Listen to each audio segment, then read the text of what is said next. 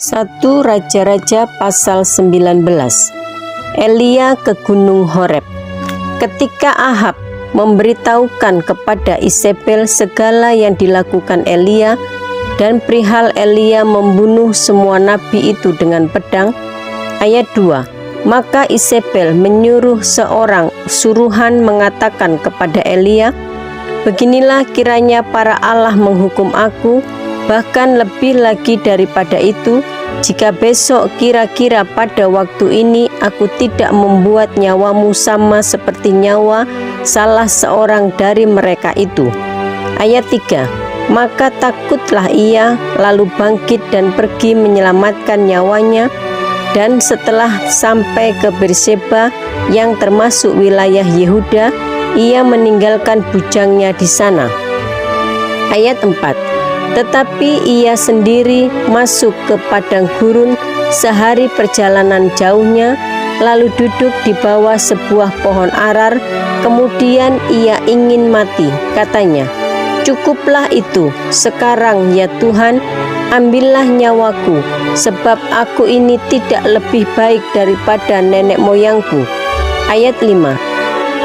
Sesudah itu ia berbaring dan tidur di bawah pohon arar itu. Tetapi tiba-tiba seorang malaikat menyentuh dia serta berkata kepadanya, "Bangunlah, makanlah." Ayat 6. Ketika ia melihat sekitarnya, maka pada sebelah kepalanya ada roti bakar dan sebuah kendi berisi air. Lalu ia makan dan minum, kemudian berbaring pula. Ayat 7. Tetapi malaikat Tuhan datang untuk kedua kalinya dan menyentuh dia serta berkata, "Bangunlah, makanlah, sebab kalau tidak perjalananmu nanti terlalu jauh bagimu." Ayat 8. Maka bangunlah ia, lalu makan dan minum, dan oleh kekuatan makanan itu ia berjalan 40 hari 40 malam lamanya sampai ke gunung Allah, yakni Gunung Horeb. Allah menyatakan diri di Gunung Horeb. Ayat 9. Di sana masuklah ia ke dalam sebuah gua dan bermalam di situ.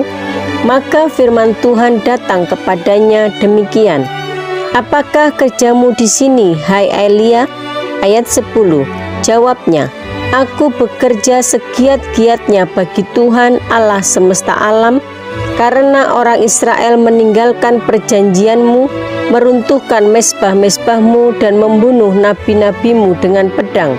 Hanya aku seorang dirilah yang masih hidup, dan mereka ingin mencabut nyawaku." Ayat 11. Lalu firman-Nya, "Keluarlah dan berdiri di atas gunung itu di hadapan Tuhan." Maka Tuhan lalu, angin besar dan kuat yang membelah gunung-gunung dan memecahkan bukit-bukit batu mendahului Tuhan. Tetapi tidak ada Tuhan dalam angin itu, dan sesudah angin itu datanglah gempa, tetapi tidak ada Tuhan dalam gempa itu. Ayat 12. Dan sesudah gempa itu datanglah api, tetapi tidak ada Tuhan dalam api itu. Dan sesudah api itu datanglah bunyi angin sepoi-sepoi basah. Ayat 13. Segera sesudah Elia mendengarnya, ia menyelubungi mukanya dengan jubahnya, lalu pergi keluar dan berdiri di pintu gua itu. Maka datanglah suara kepadanya yang berbunyi, "Apakah kerjamu di sini, hai Elia?" Ayat 14. Jawabnya, "Aku bekerja segiat-giatnya bagi Tuhan Allah semesta alam, karena orang Israel meninggalkan perjanjianmu, meruntuhkan mezbah-mezbahmu dan membunuh nabi-nabimu dengan pedang. Hanya aku seorang dirilah yang masih hidup, dan mereka ingin mencabut nyawaku." Ayat 15. Firman Tuhan kepadanya, "Pergilah, kembalilah ke jalanmu melalui padang gurun ke Damsyik, dan setelah engkau sampai, engkau harus mengurapi Hazael menjadi raja atas Aram." Ayat 16. Juga Yehu, cucu Nimsi, haruslah kau urapi menjadi raja atas Israel, dan Elisa bin Safat dari Abel Mehola harus kau urapi menjadi nabi menggantikan engkau. Ayat 17. Maka siapa yang terluput dari pedang Hazael akan dibunuh oleh Yehu, dan siapa yang terluput dari pedang Yehu akan dibunuh oleh Elisa. Ayat 18. Tetapi aku akan meninggalkan 7.000 orang di Israel, yakni semua orang yang tidak sujud menyembah Baal dan yang mulutnya tidak mencium dia. Elisa terpanggil. Ayat 19. Setelah Elia pergi dari sana, ia bertemu dengan Elisa bin Safat yang sedang membajak dengan 12 pasang lembu, sedang ia sendiri mengemudikan yang ke-12. Ketika Elia lalu dari dekatnya, ia melemparkan jubahnya kepadanya. Ayat 20. Lalu Elisa meninggalkan lembu itu dan berlari mengikuti Elia, katanya, biarkanlah aku mencium ayahku dan ibuku dahulu, lalu aku akan mengikuti engkau. Jawabnya kepadanya, baiklah, pulang dahulu, dan ingatlah apa yang telah ku perbuat kepadamu. Ayat 21.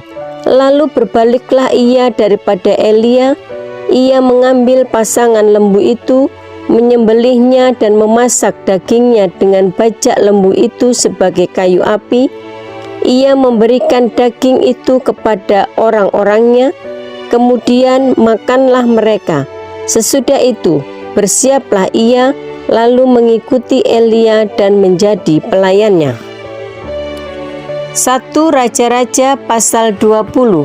Samaria tertolong dari kepungan. Ben-Hadad Raja Aram mengumpulkan seluruh tentaranya, 32 orang raja bersama-sama dia beserta kuda dan kereta. Lalu ia maju, ia mengepung Samaria dan memeranginya. Ayat 2. Kemudian ia mengirim utusan ke kota itu kepada Ahab Raja Israel. Ayat 3. Dengan pesan, beginilah pesan Ben-Hadad, emasmu dan perakmu adalah milikku, dan juga istri-istri dan anak-anakmu yang cantik-cantik adalah milikku. Ayat 4. Raja Israel menjawab, katanya, seperti bicaramu itulah ya tuanku raja, aku ini dengan segala yang ada padaku adalah milikmu. Ayat 5. Sesudah itu, utusan-utusan itu kembali dan berkata, beginilah pesan Ben-Hadad, memang aku telah menyuruh orang kepadamu mengatakan, emas dan perakmu, istri-istri dan anak-anakmu harus kau serahkan kepadaku. Ayat 6. Tetapi besok, kira-kira pada waktu ini, aku akan menyuruh pegawai-pegawaiku kepadamu, dan mereka akan menggeledah rumahmu dan rumah pegawai-pegawaimu, maka segala yang mereka lihat dan ingini akan mereka ambil dan mereka bawa. Ayat 7. Lalu Raja Israel memanggil semua tua-tua negeri itu dan berkata, camkanlah, orang ini mengikhtiarkan kecelakaan kita, sebab ia telah menyuruh orang kepadaku meminta istri-istriku, anak-anakku, emas dan perakku, dan aku tidak menolak memberikannya kepadanya. Ayat 8. Lalu kata semua tua-tua dan segenap rakyat itu kepadanya, jangan dengarkan, jangan luluskan. Ayat 9. Sebab itu ia berkata kepada utusan-utusan Ben-Hadad, katakanlah kepada tuanku raja, segala yang pertama kali kau suruhkan kepada hambamu ini, aku akan melakukannya, tetapi tuntutan yang kemudian ini tidak dapat kupenuhi. Lalu pergilah utusan-utusan itu dan menyampaikan jawab itu kepada Ben-Hadad. Ayat 10. Ben-Hadad menyuruh orang kepada Ahab dengan pesan, beginilah kiranya para Allah menghukum aku, bahkan lebih lagi daripada itu, jika rakyat yang mengikut aku masih dapat menjemput segenggam penuh debu puing Samaria. Ayat 11. Tetapi Raja Israel menjawab, katanya, katakanlah, Orang yang baru menyandangkan pedang, janganlah memegahkan diri seperti orang yang sudah menanggalkannya. Ayat 12.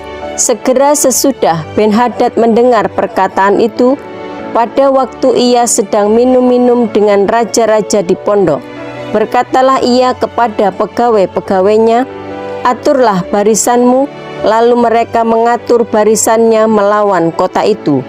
Ayat 13.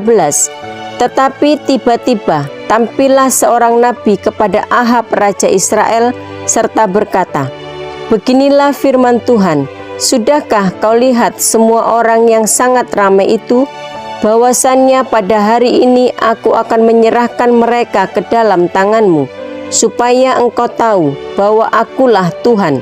Ayat 14. Lalu bertanyalah Ahab, dengan bantuan siapa? Jawabnya, beginilah firman Tuhan, dengan bantuan orang-orang muda pengiring kepala-kepala daerah. Tanyanya pula, siapakah yang akan memulai perang? Jawabnya, engkau. Ayat 15. Kemudian ia menghitung jumlah orang-orang muda pengiring kepala-kepala daerah itu, ada 232 orang banyaknya, dan sesudah mereka itu ia menghitung jumlah seluruh rakyat, yakni segenap orang Israel, ada 7.000 orang banyaknya. Ayat 16. Lalu mereka maju menyerang pada waktu tengah hari, sementara Ben-Hadad minum-minum sampai mabuk di pondoknya bersama dengan ke-32 raja yang membantunya. Ayat 17. Ketika orang-orang muda pengiring kepala-kepala daerah itu maju menyerang lebih dahulu, maka Ben-Hadad menyuruh orang menyelidiknya, dan mereka memberitahukan kepadanya demikian, ada orang-orang maju menyerang dari Samaria. Ayat 18.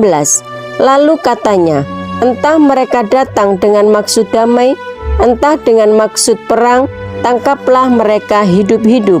Ayat 19.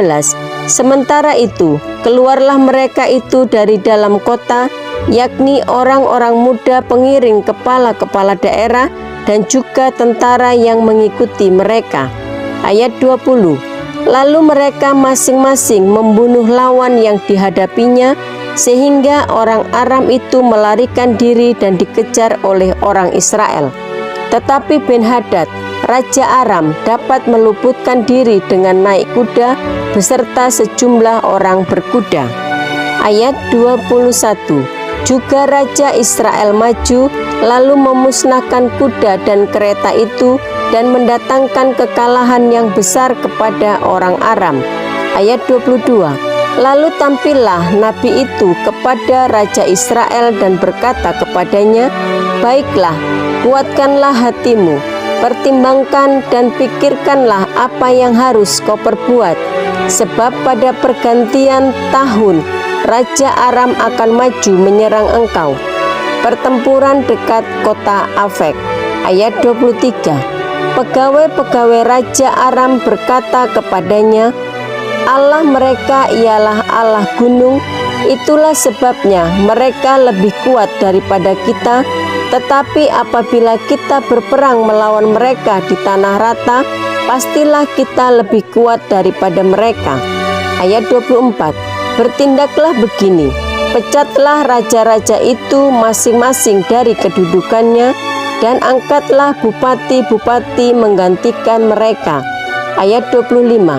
Lalu kerahkanlah tentara sebanyak tentara yang telah gugur dari pihakmu itu, demikian pula kuda dan kereta sebanyak yang dahulu. Marilah kita berperang melawan mereka di tanah rata, pastilah kita lebih kuat daripada mereka. Raja mendengarkan usul mereka dan bertindak demikian. Ayat 26.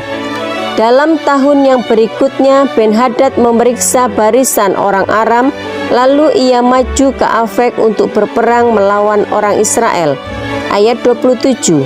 Orang Israel pun memeriksa barisannya, dan setelah dibekali mereka berangkat menghadapi orang Aram. Orang Israel berkemah di hadapan mereka seperti dua kawanan kambing, sedang orang Aram telah datang membanjiri negeri itu. Ayat 28. Maka tampillah abdi Allah dan berkata kepada Raja Israel, beginilah firman Tuhan, oleh karena orang Aram itu telah berkata, Tuhan ialah Allah gunung dan bukan Allah dataran, maka aku akan menyerahkan seluruh tentara yang besar itu ke dalam tanganmu, supaya kamu tahu bahwa akulah Tuhan. Ayat 29. 7 hari lamanya mereka berkemah berhadap-hadapan, tetapi pada hari yang ketujuh mulailah pertempuran, dan pada suatu hari orang Israel menewaskan 100.000 orang berjalan kaki dari orang Aram itu. Ayat 30. Orang-orang yang masih tinggal melarikan diri ke Afek, ke dalam kota, tetapi temboknya roboh menimpa ke-27.000 orang yang masih tinggal itu. Sementara itu Ben-Hadad melarikan diri dan masuk kota dan bersembunyi dari satu kamar ke kamar yang lain. Ayat 31. Lalu berkatalah pegawai-pegawainya kepadanya, ketahuilah, kami telah mendengar bahwa raja-raja kaum Israel itu adalah raja-raja pemurah. Marilah kita menaruh kain kabung pada pinggang kita dan tali pada kepala kita, dan dengan demikian keluar menghadap Raja Israel. Barangkali ia akan menyelamatkan nyawamu. Ayat 32. Lalu mereka melilitkan kain kabung pada pinggang mereka dan tali pada kepala mereka. Kemudian mereka pergi menghadap Raja Israel sambil berkata, hambamu Ben-Hadad berkata, kiranya tuanku membiarkan aku hidup. Jawabnya, masih hidupkah dia? Dia saudaraku. Ayat 33. Orang-orang itu menganggap hal itu sebagai tanda yang baik, maka segeralah mereka berpegang pada perkataannya itu, lalu berkata, memang saudaramu Ben-Hadad. Sesudah itu berkatalah Ahab, pergilah, ambil dia. Jadi keluarlah Ben-Hadad mendapatkan dia, lalu diajak naik ke atas kereta. Ayat 34. Kata Ben-Hadad kepadanya, kota-kota yang telah diambil bapakku dari pihak bapamu akan ku kembalikan. Engkau boleh juga membuat pasar bagimu di Damsyik, seperti yang dibuat bapakku di Samaria. Dan aku sendiri, kata Ahab, akan membiarkan engkau pergi dengan perjanjian. Lalu ia mengadakan perjanjian dengan dia dan membiarkannya pergi. Nubuat tentang hukuman yang akan menimpa Ahab. Ayat 35. Seorang dari rombongan Nabi berkata kepada temannya atas perintah Tuhan, pukullah aku. Tetapi orang itu menolak memukulnya. Ayat 36. Lalu ia berkata kepadanya, oleh sebab engkau tidak mendengarkan suara Tuhan, ketahuilah, apabila engkau pergi daripadaku, seekor singa akan menerkam engkau, dan ketika orang itu pergi daripadanya, maka seekor singa bertemu dengan dia, lalu menerkam dia. Ayat 37. Kemudian Nabi itu bertemu dengan orang lain, lalu ia berkata, pukullah aku. Orang itu memukul dan melukai dia. Ayat 38. Sesudah itu, Nabi itu pergi dan berdiri menantikan raja di jalan, sambil menyamar dengan membubuh kain pembalut pada matanya. Ayat 39. Pada waktu raja lewat, ia mengadukan halnya kepada raja, katanya, ketika hambamu ini maju ke tengah pertempuran, tiba-tiba ada seorang meninggalkan barisan dan membawa seorang kepadaku sambil berkata, jagalah orang ini, jika ia hilang dengan cara bagaimanapun juga, maka nyawamu adalah ganti nyawanya, dan engkau harus membayar setalenta perak. Ayat 40. Ketika hambamu ini repot sana-sini, orang itu menghilang. Kemudian Raja Israel itu berkata kepadanya, begitu jugalah hukumanmu, engkau sendiri telah menetapkannya. Ayat 41. Lalu segeralah ia membuka kain pembalut itu dari matanya, sehingga Raja Israel mengenali dia sebagai seorang dari rombongan nabi. Ayat 42, kata nabi itu kepadanya, beginilah firman Tuhan, oleh karena engkau telah membiarkan lolos orang yang dikhususkan bagiku untuk ditumpas, maka nyawamu adalah ganti nyawanya, dan rakyatmu ganti rakyatnya. Ayat 43, lalu Raja Israel pergi ke istananya dengan kesal hati dan gusar, maka sampailah ia di Samaria. 1 Raja-Raja pasal 21. Kebun anggur Nabot. Sesudah itu terjadilah hal yang berikut. Nabot orang Yisrael mempunyai kebun anggur di Yesreel, di samping istana Ahab Raja Samaria. Ayat 2, berkatalah Ahab kepada Nabot, berikanlah kepadaku kebun anggurmu itu, supaya kujadikan kebun sayur, sebab letaknya dekat rumahku. Aku akan memberikan kepadamu kebun anggur yang lebih baik daripada itu sebagai gantinya. Atau jikalau engkau lebih suka, aku akan membayar harganya kepadamu dengan uang. Ayat 3, jawab Nabot kepada Ahab, kiranya Tuhan menghindarkan aku daripada memberikan milik pusaka nenek moyangku kepadamu. Ayat 4, lalu masuklah Ahab ke dalam istananya dengan kesal hati dan gusar, karena perkataan yang dikatakan Nabot orang Yisrael itu kepadanya. Tidak akan kuberikan kepadamu milik pusaka nenek moyangku. Maka berbaringlah ia di tempat tidurnya dan menelungkupkan mukanya dan tidak mau makan.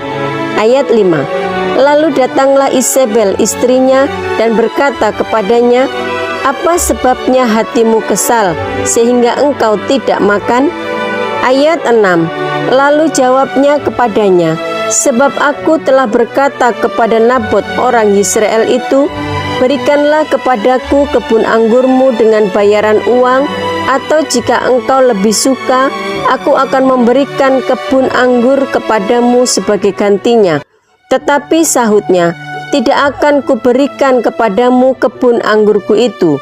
Ayat 7, kata Isabel istrinya kepadanya, bukankah engkau sekarang yang memegang kuasa raja atas Israel? Bangunlah, makanlah, dan biarlah hatimu gembira. Aku akan memberikan kepadamu kebun anggur Nabot orang Yisrael itu. Ayat 8, kemudian ia menulis surat atas nama Ahab, mematrekannya dengan matre raja, lalu mengirim surat itu kepada tua-tua dan pemuka-pemuka yang diam sekota dengan Nabot. Ayat 9, dalam surat itu ditulisnya demikian, maklumkanlah puasa dan suruhlah Nabot duduk paling depan di antara rakyat.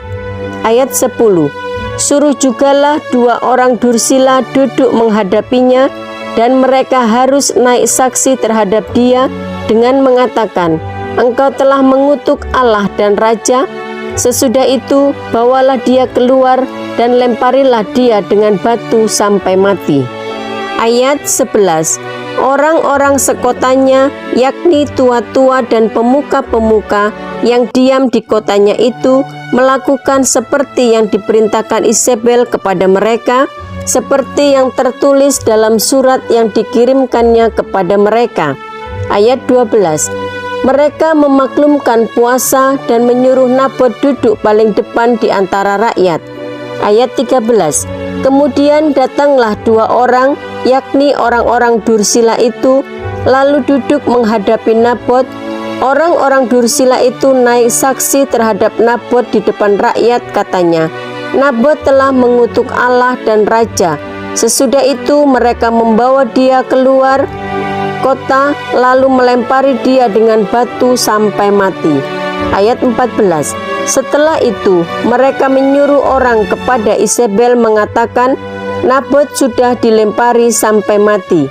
Ayat 15, segera sesudah Isabel mendengar bahwa Nabot sudah dilempari sampai mati, berkatalah Isabel kepada Ahab, bangunlah, ambillah kebun anggur Nabot orang Yisrael itu menjadi milikmu, karena Nabot yang menolak memberikannya kepadamu dengan bayaran uang sudah tidak hidup lagi, ia sudah mati. Ayat 16. Segera sesudah Ahab mendengar bahwa Nabot sudah mati, ia bangun dan pergi ke kebun anggur Nabot orang Yisrael itu untuk mengambil kebun itu menjadi miliknya. Ayat 17. Tetapi datanglah firman Tuhan kepada Elia orang Tisbe itu bunyinya. Ayat 18. Bangunlah, pergilah menemui Ahab raja Israel yang di Samaria. Ia telah pergi ke kebun anggur Nabot untuk mengambil kebun itu menjadi miliknya. Ayat 19. Katakanlah kepadanya demikian. Beginilah firman Tuhan, engkau telah membunuh serta merampas juga. Katakan pula kepadanya, beginilah firman Tuhan, di tempat anjing telah menjilat darah Nabot, di situ jugalah anjing akan menjilat darahmu. Ayat 20. Kata Ahab kepada Elia, sekarang engkau mendapat aku, hai musuhku. Jawabnya, memang sekarang aku mendapat engkau, karena engkau sudah memperbudak diri dengan melakukan apa yang jahat di mata Tuhan. Ayat 21. Sesungguhnya aku akan mendatangkan malapetaka kepadamu, aku akan menyapu engkau dan melenyapkan setiap orang laki-laki dari keluarga Ahab, baik yang tinggi maupun yang rendah kedudukannya di Israel. Ayat 22. Dan aku akan memperlakukan keluargamu sama seperti keluarga Yerobeam bin Nebat dan seperti keluarga Baesa bin Ahia, oleh karena engkau menimbulkan sakit hatiku dan oleh karena engkau mengakibatkan orang Israel berbuat dosa. Ayat 23. Juga mengenai Isebel, Tuhan telah berfirman, anjing akan memakan Isebel di tembok luar Yisrael. Ayat 24. Siapa dari keluarga Ahab yang mati di kota akan dimakan anjing, dan yang mati di padang akan dimakan burung di udara. Ayat 25. Sesungguhnya tidak pernah ada orang seperti Ahab yang memperbudak diri dengan melakukan apa yang jahat di mata Tuhan, karena ia telah dibujuk oleh Isebel istrinya. Ayat 26. Bahkan ia telah berlaku sangat keji dengan mengikuti berhala-berhala, tepat seperti yang dilakukan oleh orang Amori yang telah dihalau Tuhan dari depan orang Israel. Ayat 27. Segera sesudah Ahab mendengar perkataan itu, ia mengoyakkan pakaiannya, mengenakan kain kabung pada tubuhnya dan berpuasa. Bahkan ia tidur dengan memakai kain kabung dan berjalan dengan langkah lamban. Ayat 28. Lalu datanglah firman Tuhan kepada Elia orang Tisbe itu. Ayat 29. Sudahkah kau lihat bahwa Ahab merendahkan diri di hadapanku? Oleh karena ia telah merendahkan diri di hadapanku, maka aku tidak akan mendatangkan malapetaka pada zamannya. Barulah dalam zaman anaknya aku akan mendatangkan malapetaka atas keluarganya. 1 Raja-Raja pasal 22. Ahab memerangi Ramot Gilead. Nabi Tuhan berhadapan dengan nabi-nabi palsu. 3 tahun lamanya orang tinggal aman dengan tidak ada perang antara Aram dan Israel. Ayat 2. Pada tahun yang ketiga, pergilah Yosafat Raja Yehuda kepada Raja Israel. Ayat 3. Berkatalah Raja Israel kepada pegawai-pegawainya, tahukah kamu bahwa Ramot Gilead sebenarnya milik kita, tetapi kita tinggal diam saja dan tidak merebutnya dari tangan Raja negeri Aram. Ayat 4. Lalu katanya kepada Yosafat, maukah engkau pergi bersama-sama aku untuk memerangi Ramot Gilead? Jawab Yosafat kepada Raja Israel, kita sama-sama, aku dan engkau, rakyatku dan rakyatmu, kudaku dan kudamu. Ayat 5. Tetapi Yosafat berkata kepada Raja Israel, baiklah, tanyakan dahulu firman Tuhan. Ayat 6. Lalu Raja Israel mengumpulkan para nabi, kira-kira 400 orang banyaknya, Kemudian bertanyalah ia kepada mereka, apakah aku boleh pergi berperang melawan Ramot Gilead atau aku membatalkannya? Jawab mereka, majulah, Tuhan akan menyerahkannya ke dalam tangan raja. Ayat 7. Tetapi Yosafat bertanya, tidak adakah lagi di sini seorang nabi Tuhan, supaya dengan perantaraannya kita dapat meminta petunjuk? Ayat 8. Jawab Raja Israel kepada Yosafat, masih ada seorang lagi yang dengan perantaraannya dapat diminta petunjuk Tuhan, tetapi aku membenci dia, sebab tidak pernah ia menubuatkan yang baik tentang aku, melainkan malapetaka. Orang itu ialah Mika bin Yimla. Kata Yosafat, janganlah raja berkata demikian. Ayat 9. Kemudian Raja Israel memanggil seorang pegawai istana, katanya, jemputlah Milka bin Yimla dengan segera. Ayat 10. Sementara Raja Israel dan Yosafat Raja Yehuda duduk masing-masing di atas tahtanya dengan pakaian kebesaran di suatu tempat pengirikan di depan pintu gerbang Samaria, sedang semua nabi itu bernubuat di depan mereka. Ayat 11. Maka Sedekia bin Kenaana membuat tanduk-tanduk besi lalu berkata, beginilah firman Tuhan, dengan ini engkau akan menanduk Aram sampai engkau menghabiskan mereka. Ayat 12. Juga semua nabi itu bernubuat demikian, katanya, majulah ke Ramot Gilead dan engkau akan beruntung, Tuhan akan menyerahkannya ke dalam tangan raja. Ayat 13. Suruhan yang pergi memanggil Mika itu berkata kepadanya, ketahuilah, nabi-nabi itu sudah sepakat meramalkan yang baik bagi raja, hendaklah engkau juga berbicara seperti salah seorang daripada mereka dan meramalkan yang baik. Ayat 14. Tetapi Mika menjawab, demi Tuhan yang hidup, sesungguhnya apa yang akan difirmankan Tuhan kepadaku, itulah yang akan kukatakan. Ayat 15. Setelah ia sampai kepada raja, bertanyalah raja kepadanya, Mika, apakah kami boleh pergi berperang melawan Ramot Gilead atau kami membatalkannya? Jawabnya kepadanya, majulah dan engkau akan beruntung, sebab Tuhan akan menyerahkannya ke dalam tangan raja. Ayat 16.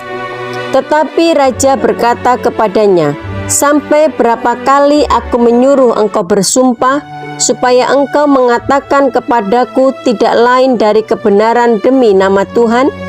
Ayat 17. Lalu jawabnya, telah kulihat seluruh Israel bercerai-berai di gunung-gunung seperti domba-domba yang tidak mempunyai gembala. Sebab itu Tuhan berfirman, mereka ini tidak punya tuan. Baiklah masing-masing pulang ke rumahnya dengan selamat. Ayat 18. Kemudian Raja Israel berkata kepada Yosafat, bukankah telah kukatakan kepadamu, tidak pernah dia menubuatkan yang baik tentang aku, melainkan hanya malapetaka? Ayat 19. Kata Mika, sebab itu dengarkanlah firman Tuhan. Aku telah melihat Tuhan sedang duduk di atas tahtanya, dan segenap tentara surga berdiri di dekatnya, di sebelah kanannya dan di sebelah kirinya. Ayat 20. Dan Tuhan berfirman, siapakah yang akan membujuk Ahab untuk maju berperang, supaya ia tewas di Ramot Gilead? Maka yang seorang berkata begini, dan yang lain berkata begitu. Ayat 21. Kemudian tampillah suatu roh lalu berdiri di hadapan Tuhan. Ia berkata, aku ini akan membujuknya. Tuhan bertanya kepadanya, dengan apa? Ayat 22. Jawabnya, aku akan keluar dan menjadi roh dusta dalam mulut semua nabinya. Ia berfirman, biarlah engkau membujuknya dan engkau akan berhasil pula. Keluarlah dan pergilah demikian. Ayat 23. Karena itu, sesungguhnya Tuhan telah menaruh roh dusta ke dalam mulut semua nabimu itu, sebab Tuhan telah menetapkan untuk menimpakan malapetaka kepadamu. Ayat 24. Sesudah itu tampillah Sedekia bin Kenaana, ditamparnyalah pipi Mika serta berkata, "Mana boleh roh Tuhan pindah daripadaku untuk berbicara kepadamu?" Ayat 25. Tetapi Mika menjawab, "Sesungguhnya engkau akan melihatnya pada hari engkau lari dari satu kamar ke kamar yang lain untuk menyembunyikan diri." Ayat 26. Berkatalah Raja Israel, "Tangkaplah Mika, bawa dia kembali kepada Amon penguasa kota dan kepada Yoas anak raja." Ayat 27. Dan katakan, "Beginilah titah raja, masukkan orang ini dalam penjara dan beri dia makan roti dan minum air serba sedikit sampai aku pulang dengan selamat." Ayat 28. Tetapi jawab Mika, "Jika benar-benar engkau pulang dengan selamat, tentulah Tuhan tidak berfirman dengan perantaraanku." Lalu disambungnya, "Dengarlah, hai bangsa-bangsa sekalian." Ayat 29. Sesudah itu, majulah Raja Israel dengan Yosafat Raja Yehuda ke Ramot Gilead. Ayat 30. Raja Israel berkata kepada Yosafat, "Aku akan menyamar dan masuk pertempuran, tetapi engkau pakailah pakaian kebesaranmu." Lalu menyamarlah Raja Israel, kemudian masuk ke pertempuran. Ayat 31. Adapun Raja negeri Aram telah memberi perintah kepada para panglima pasukan keretanya, 32 orang banyaknya demikian, "Janganlah kamu berperang melawan sembarang orang, melainkan melawan Raja Israel saja." Ayat 32. Segera sesudah para panglima pasukan kereta itu melihat Yosafat, mereka berkata, "Itu pasti Raja Israel." Lalu majulah mereka untuk menyerang dia, tetapi Yosafat berteriak. Ayat 33. Segera sesudah para panglima pasukan kereta itu melihat bahwa dia bukanlah Raja Israel, maka undurlah mereka daripadanya. Ayat 34. Tetapi seseorang menarik panahnya dan menembak dengan sembarangan saja dan mengenai Raja Israel di antara sambungan baju sirahnya. Kemudian ia berkata kepada pengemudi keretanya, "Putar, bawa aku keluar dari pertempuran, sebab aku sudah luka." Ayat 35. Tetapi pertempuran itu bertambah seru pada hari itu, dan raja tetap ditopang berdiri di dalam kereta berhadapan dengan orang Aram itu, sampai ia mati pada waktu petang, darahnya mengalir dari lukanya ke dalam palung kereta. Ayat 36. Kira-kira pada waktu matahari terbenam, terdengarlah teriakan di sepanjang barisan tentara itu, masing-masing ke kotanya, masing-masing ke negerinya. Ayat 37. Raja sudah mati. Maka pulanglah mereka ke Samaria, lalu mereka menguburkan raja di Samaria. Ayat 38.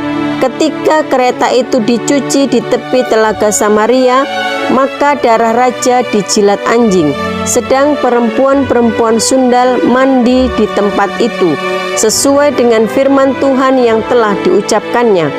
Ayat 39. Selebihnya dari riwayat Ahab dan segala yang dilakukannya, serta istana gading dan segala kota yang didirikannya, bukankah semuanya itu tertulis dalam kitab sejarah Raja-Raja Israel? Ayat 40. Demikianlah Ahab mendapat perhentian bersama-sama dengan nenek moyangnya, maka Ahazia anaknya menjadi raja menggantikan dia. Yosafat Raja Yehuda. Ayat 41. Yosafat anak Asa menjadi raja atas Yehuda dalam tahun keempat zaman Ahab Raja Israel. Ayat 42. Yosafat berumur 35 tahun pada waktu ia menjadi raja, dan 25 tahun lamanya ia memerintah di Yerusalem. Nama ibunya ialah Azubah anak Silhi. Ayat 43. Ia hidup mengikuti jejak Asa ayahnya, ia tidak menyimpang daripadanya dan melakukan apa yang benar di mata Tuhan. Ayat 44. Hanya bukit-bukit pengorbanan tidak dijauhkan, orang masih mempersembahkan dan membakar korban di bukit-bukit itu. Ayat 45. Dan Yosafat hidup dalam damai dengan Raja Israel. Ayat 46. Selebihnya dari riwayat Yosafat dan kepahlawanan yang dilakukannya dan bagaimana ia berperang, bukankah semuanya itu tertulis dalam kitab sejarah Raja-Raja Yehuda? Ayat 47. Dan sisa pelacuran bakti yang masih tinggal dalam zaman Asa ayahnya, dihapuskannya dari negeri itu. Ayat 48. Tidak ada raja di Edom, karena itu yang menjadi raja ialah seorang kepala daerah. Ayat 49. Yosafat membuat kapal-kapal Tarsis untuk pergi ke Ofir mengambil emas, tetapi kapal-kapal itu tidak jadi pergi ke sana, sebab kapal-kapal itu pecah di Esion Geber. Ayat 50. Pada waktu itu Ahazia anak Ahab berkata kepada Yosafat, baiklah anak buahku pergi bersama-sama anak buahmu dengan kapal-kapal itu. Tetapi Yosafat tidak mau. Ayat 51. Kemudian Yosafat mendapat perhentian bersama-sama dengan nenek moyangnya, dan ia dikuburkan di samping nenek moyangnya di kota Daud bapa leluhurnya. Maka Yoram anaknya menjadi raja menggantikan dia. Ahazia raja Israel. Ayat 52. Ahazia anak Ahab menjadi raja atas Israel di Samaria dalam tahun ke-17 zaman Yosafat raja Yehuda, dan ia memerintah atas Israel 2 tahun lamanya. Ayat 53. Ia melakukan apa yang jahat di mata Tuhan dan hidup menurut kelakuan ayahnya dan ibunya dan Yerobeam bin Nebat, yang telah mengakibatkan orang Israel berdosa. Ayat 54. Ia beribadah kepada Baal dan sujud menyembah kepadanya, dan dengan demikian ia menimbulkan sakit hati Tuhan Allah Israel, tepat seperti yang dilakukan ayahnya.